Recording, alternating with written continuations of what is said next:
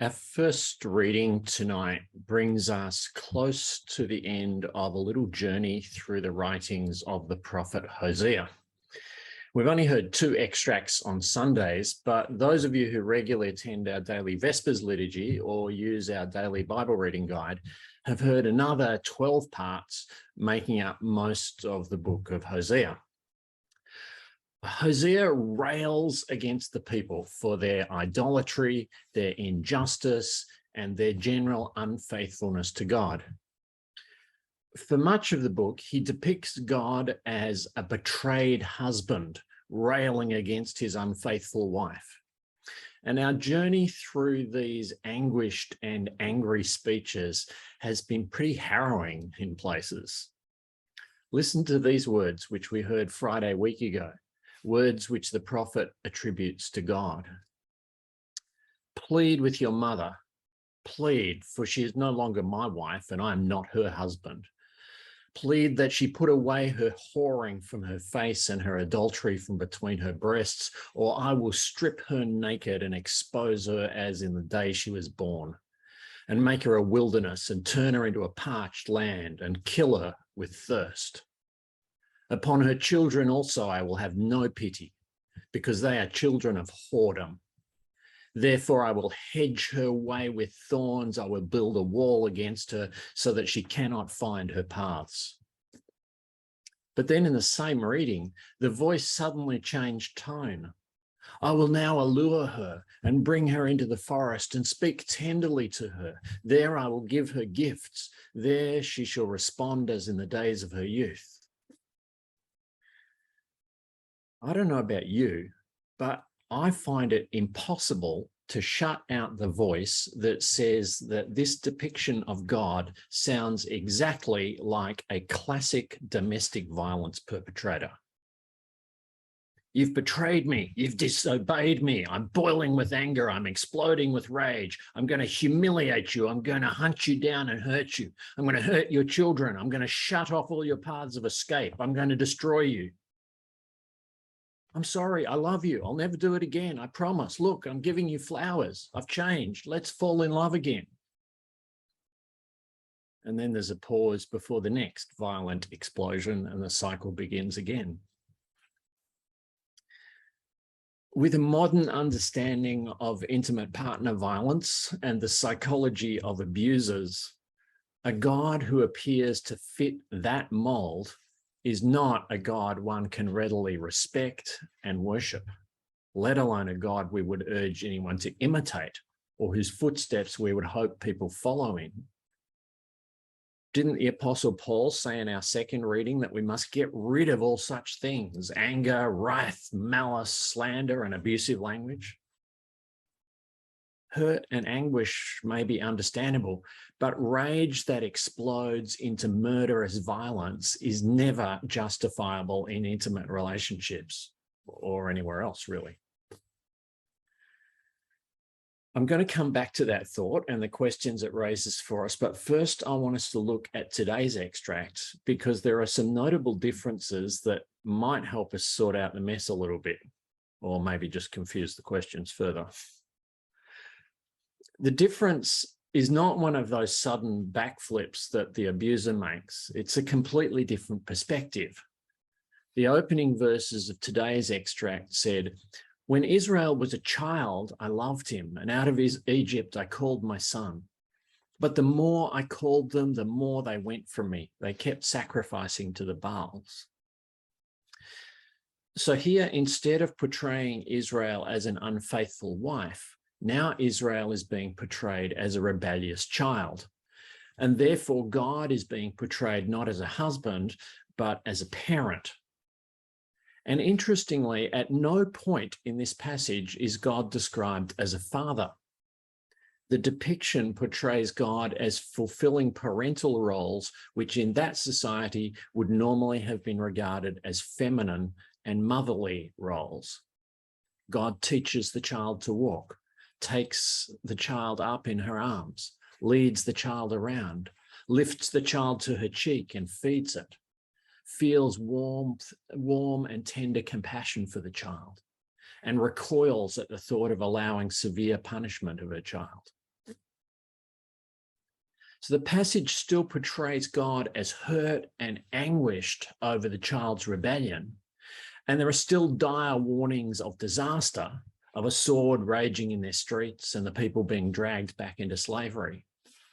But this time, there's no suggestion that it is God inflicting these calamities on the people. It seems to be more of a warning of consequences rather than punishments. If you continue down this pathway, this is where it will take you. In fact, not only is God not threatening punishments this time, but God can acknowledge the pain and anger while simultaneously refusing to act violently or destructively. This doesn't sound anymore like the on-again, off-again violent anger of the abuser that we encountered in the earlier descriptions. Listen to God's words this time. How can I give you up, O my people? How can I hand you over, O Israel? How could I destroy you? My heart recoils within me. My compassion grows warm and tender. I will not execute my fierce anger. I will not destroy you, for I am God and no mortal, the Holy One in your midst, and I will not come in wrath. In the ancient Israelite law, rebellious children could be handed over to the magistrates at the city gate and sentenced to death by stoning. This passage seems to be alluding to that practice, but these words of God sound exactly like the cries of an anguished mother who, despite feeling hurt and humiliated and outraged by the atrocities of her son, still clings to him and refuses to hand him over, saying, he's still my son and I can't let him go or stop loving him. So what are we to make of this? Within the one prophet's writings in our Bible, we hear God portrayed in ways that tick all the boxes for a vicious perpetrator of intimate partner violence. And then within a few pages, as a fiercely loving mother who is able to consciously process her hurt and anger in mature ways and choose always for tender love and compassion over any urge to punish. These images seem impossible to reconcile, and yet there they are, side by side in our Bibles. How can we embrace the attractive one when it comes to us hand in hand with the other one? Are we just cherry picking the Bible, choosing what we like and sticking our heads in the sand about the rest? Or is there more to it than that? There is more to it than that. What we are doing is learning to read the Bible the way Jesus read it. And Jesus was far from being a slavish biblical literalist who said that every jot and tittle of the Bible is equally accurate in its portrayal of God. Jesus quotes the prophets often, but he is quite consistent in favoring images of God as being a God of unshakable love and mercy over images that suggest a dangerously angry, violent God. Sometimes Jesus is especially obvious in the way he even edits his quotes, and it was obvious enough to get him into serious trouble on occasions. In his first sermon in his hometown of Nazareth, he quoted a popular passage from Isaiah, "The Spirit of the Lord is upon me and has anointed me to proclaim good news," etc., etc. But he deliberately cut it short and left off everyone's favorite line about the day of vengeance of our God. And to make it clear that it was no accidental omission, he elaborated on God's care for the Gentiles, and the crowd was so outraged that they were ready to throw him off a cliff. They'd come hoping to hear a sermon that assured them that they were God's favored ones and that a fiery punishment was coming soon upon their enemies. Not to hear some rebellious son of a carpenter tell them that God loved their enemies as much as them. One of the most horrifyingly blood-soaked books of the Bible is the book of Joshua.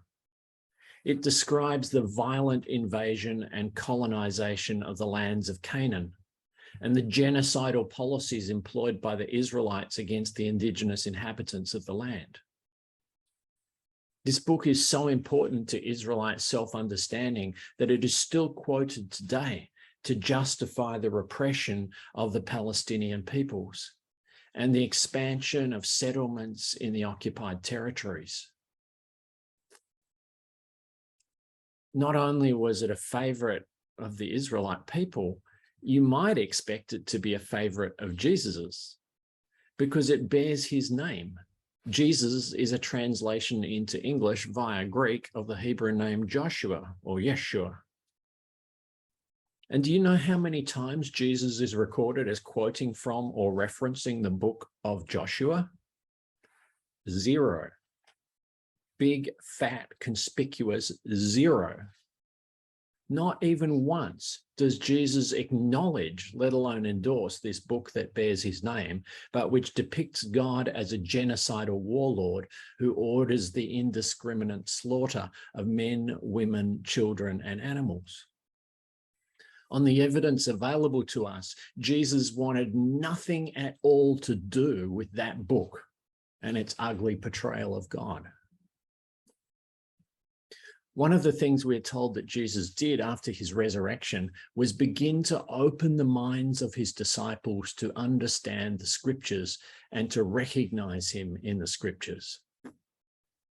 And of course, the New Testament hadn't been written yet, so the scriptures referred to are the Hebrew Bible. It seems that it was only after they had seen him absorb the hostility and violence of the crucifixion and return without even a trace of resentment or vengefulness that they could begin to see the theme of non-violent love and mercy that starts out small in the Hebrew Bible but grows stronger and stronger as the pages unfold. And yet so deeply embedded were the expectations of a vengeful warrior Messiah that even on the day of his ascension, some of his disciples were still asking, is now the time when our enemies will be vanquished and Israel will be on top again? Our second reading tonight and for the last few weeks came from Paul's letter to the Colossians. And just 2 Sundays ago, we heard from that letter that Jesus is the image of the invisible God, and that in him all the fullness of God was pleased to dwell. And through him, God was pleased to reconcile to himself all things, whether on earth or in heaven, by making peace through the blood of his cross. Jesus is the image of the invisible God, and in him all the fullness of God was pleased to dwell. All the fullness of God, not just God's nice side, all the fullness of God. So if we want to know what God is like, all the fullness of God, then we look at Jesus, the image of the invisible God. And if we come up against 2 conflicting images of God, even if they come to us straight from the pages of the Bible, even if they come to us in the words of one and the same prophet, then we resolve the clash, the incompatibility, by asking which one looks like Jesus, sounds like Jesus, walks like Jesus. Which one shows us a God who is pleased to reconcile to himself all things by making peace through handing himself over to human violence on the cross and absorbing all our hatred and hostility and bitterness in his own body while praying for our forgiveness and never once threatening fiery vengeance. The Bible contains some horrific images of a violent, vengeful God because it is an accurate record of our evolving understandings of God. And there are several reasons that we have in the past understood God that way. Many ancient peoples believed that God was like a celestial puppet master who controlled absolutely everything that happened. And therefore, if an army invaded or a natural disaster happened, it meant that God had ordered it. If you hold that belief, then you have no choice but to believe that God is the type of God who sometimes punishes brutally, and you end up with a very two-faced God. It's a belief that Jesus openly rejected. Do you think this tower collapsed and crushed these people because they were worse sinners than everyone else? No, I tell you. The biggest reason for viewing God as angry and violent is that we humans are constantly projecting our own image onto God, or creating God in our image. In a violently abusive and oppressive world, we are constantly deluding ourselves that the only reason that we are that way is that God is that way, and we are doing his business on his say-so. Far too many of the perpetrators of intimate partner abuse are card-carrying Christians who quote the Bible indiscriminately to authorize their reign of terror. But they are not reading the Bible through the eyes of Jesus or according to the teaching of Jesus. It is important that we still read and understand the parts of the Bible that are based on these old violent understandings of God, because if we don't remember where we have come from, it's much harder to see which direction the current path is heading. And it's much harder to understand many of the teachings of Jesus if we don't remember what he's reacting to and challenging. Jesus teaches us that when we see the image of our own violence attributed to God in the pages of our Bibles, we need to look again and listen for another voice. In some parts of the Bible, it will be little more than a still small voice. In the book of Joshua, or in the violent, jilted husband diatribes earlier in the prophet Hosea, it might be little more than the voice of sheer silence. But listen still for the whispering voice of the Spirit of Jesus, a voice that grows ever louder until it reaches its crescendo as Jesus cries out from the cross, "It is finished." Follow that voice, and it will lead you to the beloved Mother in God, whose compassion burns warm and tender, and who will not give up on any of us and will not come in wrath. Follow that voice, and it will lead you into all truth, and the truth will set you free.